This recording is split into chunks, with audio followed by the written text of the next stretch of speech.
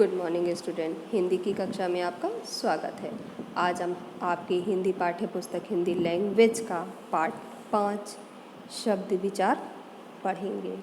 शब्द किसे कहते हैं, सबसे पहले हम ये जानेंगे कि शब्द किसे कहते हैं।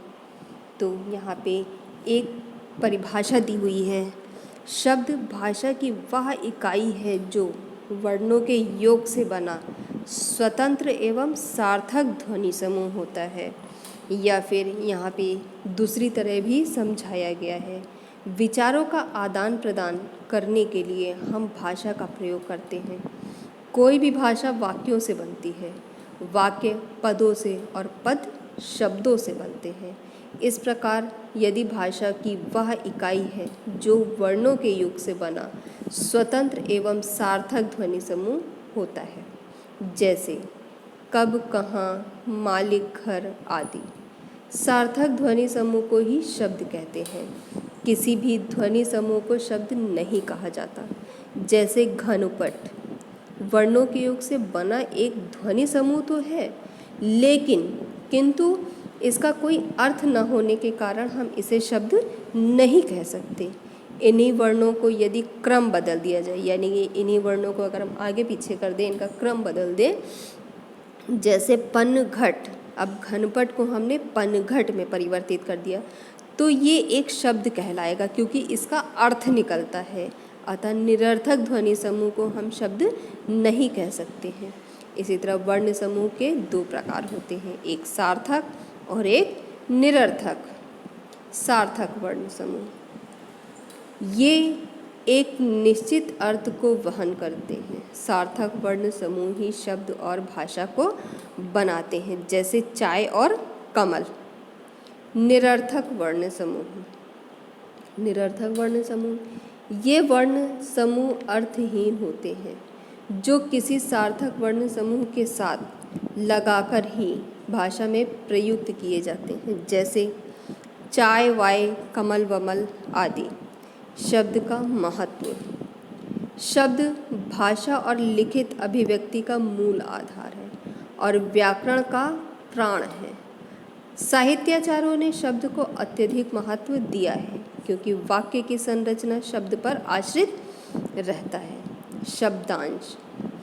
भाषा में कुछ वर्ण समूह होते हैं जिनका अपना कुछ अर्थ नहीं होता, अर्थात उनका स्वतंत्र रूप से प्रयोग नहीं होता, परंतु जब वे किसी दूसरे शब्द के साथ जुड़ जाते हैं तो वे सार्थक हो जाते हैं। ऐसी स्वतंत्र ध्वनियों को ही शब्दांश कहते हैं।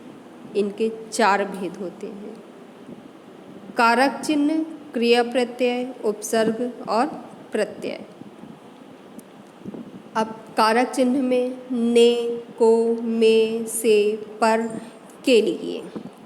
क्रिया प्रत्यय है, था, ता, तो, गा, गी आदि। उपसर्ग हमारा है छोटा आ, अभी, निर, दुर, चिर आदि। प्रत्यय बड़ी ई, आनी, आकू, इन, श्या, आव आदि। अब हम आते हैं पद की ओर। पद किसे कहते हैं? जब कोई शब्द किसी वाक्य में प्रयुक्त हो जाता है तो वह पद कहलाता है, या दूसरे शब्दों में शब्द और पद में कोई अंतर नहीं होता। हम प्रायः शब्द को ही पद समझते हैं, परंतु व्याकरण में शब्द और पद की स्थिति में थोड़ा सा अंतर होता है। अब शब्दों का वर्गीकरण। अर्थ के आधार पर शब्दों का वर्गीकरण।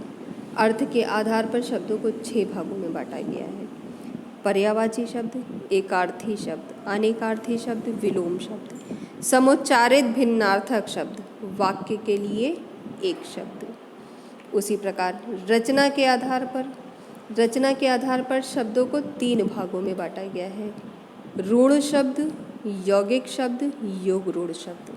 अब रूढ़ शब्द, जो शब्द प्रकृति और प्रत्यय के योग से न बनकर स्वतंत्र होते हैं और यदि उनके द्वारा किए जाए तो उसका कोई अर्थ नहीं निकलता, अपितु जो अखंड रूप से किसी एक अर्थ का बोध कराते हैं, उन्हें रूढ़ शब्द कहते हैं, जैसे घोड़ा, कुत्ता, गाय आदि। यौगिक शब्द, जो शब्द प्रकृति और प्रत्यय के योग से बने, यदि उनके खंड किए जाएं तो उन खंडों के अर्थ भी सरलता से किए जा सकते हैं। ऐसे शब्दों को यौगिक शब्द कहते हैं, जैसे रजनीचर, चिड़ीमार, धर्मनिष्ठ, नारायण। योगरूढ़ शब्द, जो शब्द यौगिक शब्दों की तरह दो या दो से अधिक खंडों से बनने के लिए सामान्य अर्थ का बोध न कराकर किसी विशेष अर्थ का बोध कराते हैं, उन्हें योगरूढ़ शब्द कहते हैं। जैसे जलज, जल प्लस जा, जल से उत्पन्न समान अर्थ है, परंतु इसका विशेष अर्थ है वो है कमल का फूल। इसी प्रकार चारपाई, यानी कि चार और पाई, चार का मतलब चार पैरों वाला सामान्य अर्थ है, परंतु विशेष अर्थ है खाट। पाई मीन्स होता है खाट। उत्पत्ति के आधार पर शब्दों का वर्गीकरण, उत्पत्ति के आधार पर इन्हें 5 भागों में बांटा गया है। पहला, तत्सम शब्द। यदि हिंदी में जो शब्द मूल रूप से संस्कृत से आए हैं उन्हें हम तत्सम शब्द कहते हैं, जैसे कपि, राजा, चंद्र आदि। तदुभव शब्द, हिंदी में जो शब्द संस्कृत के मूल रूप से परिवर्तित होकर आए हैं वे तदुभव शब्द कहलाते हैं, जैसे भाप, वाष्प, घर, ग्रह, माता, मैया आदि।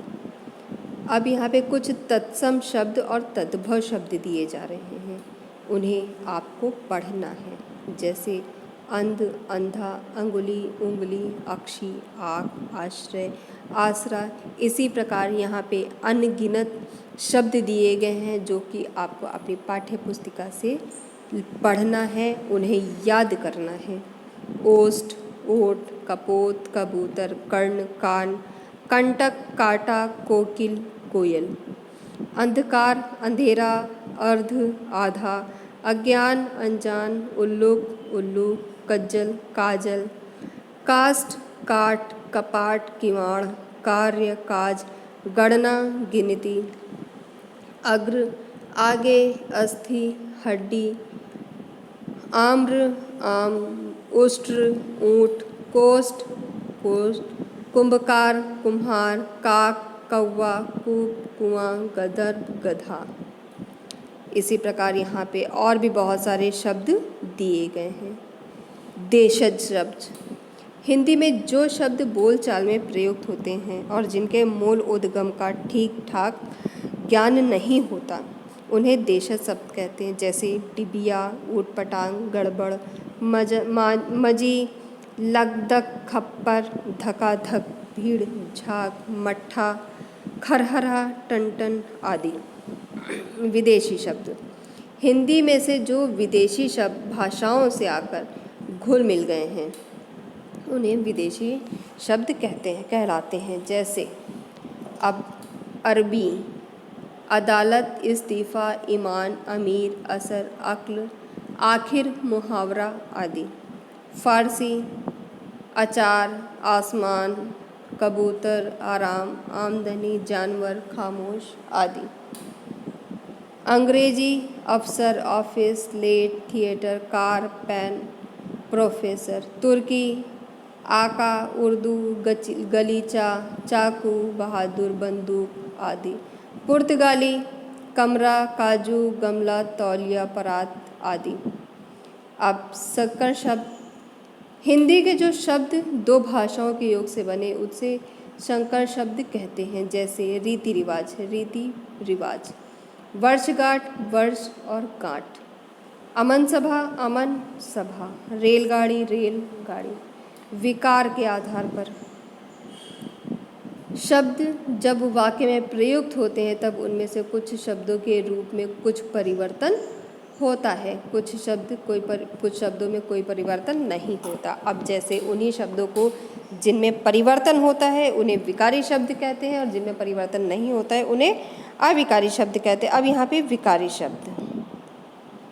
शब्द हमारा जो शब्द परिस्थिति के अनुरूप अपना रूप बदल देते हैं वो विकारी शब्द कहलाते हैं, जैसे जो शब्द लिंग, वचन, कारक, काल आदि के कारण अपना रूप बदल देते हैं। अब जैसे वह लड़की अच्छी लड़की है, वे अच्छी लड़कियां हैं। संज्ञा, सर्वनाम, विशेषण और क्रिया विकारी शब्द होते हैं। अविकारी शब्द जिन शब्दों में परिस्थितिवश कभी भी परिवर्तन नहीं होता है, वे अविकारी शब्द कहलाते हैं। अर्थात जिन शब्दों में वाक्य में प्रयुक्त होने पर भी किसी भी प्रकार परिवर्तन नहीं होता, उन्हें अविकारी शब्द कहते हैं। ज्यों के त्यों प्रयुक्त होते हैं, जैसे वहाँ, परंतु, अथवा आदि। प्रयोग के आधार पर, प्रयोग के आधार पर शब्दों को दो भागों में बांटा गया है, सामान्य शब्द और तकनीकी शब्द।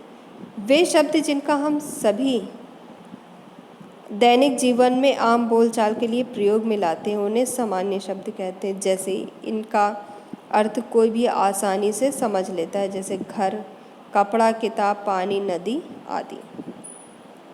दूसरा है तकनीकी शब्द।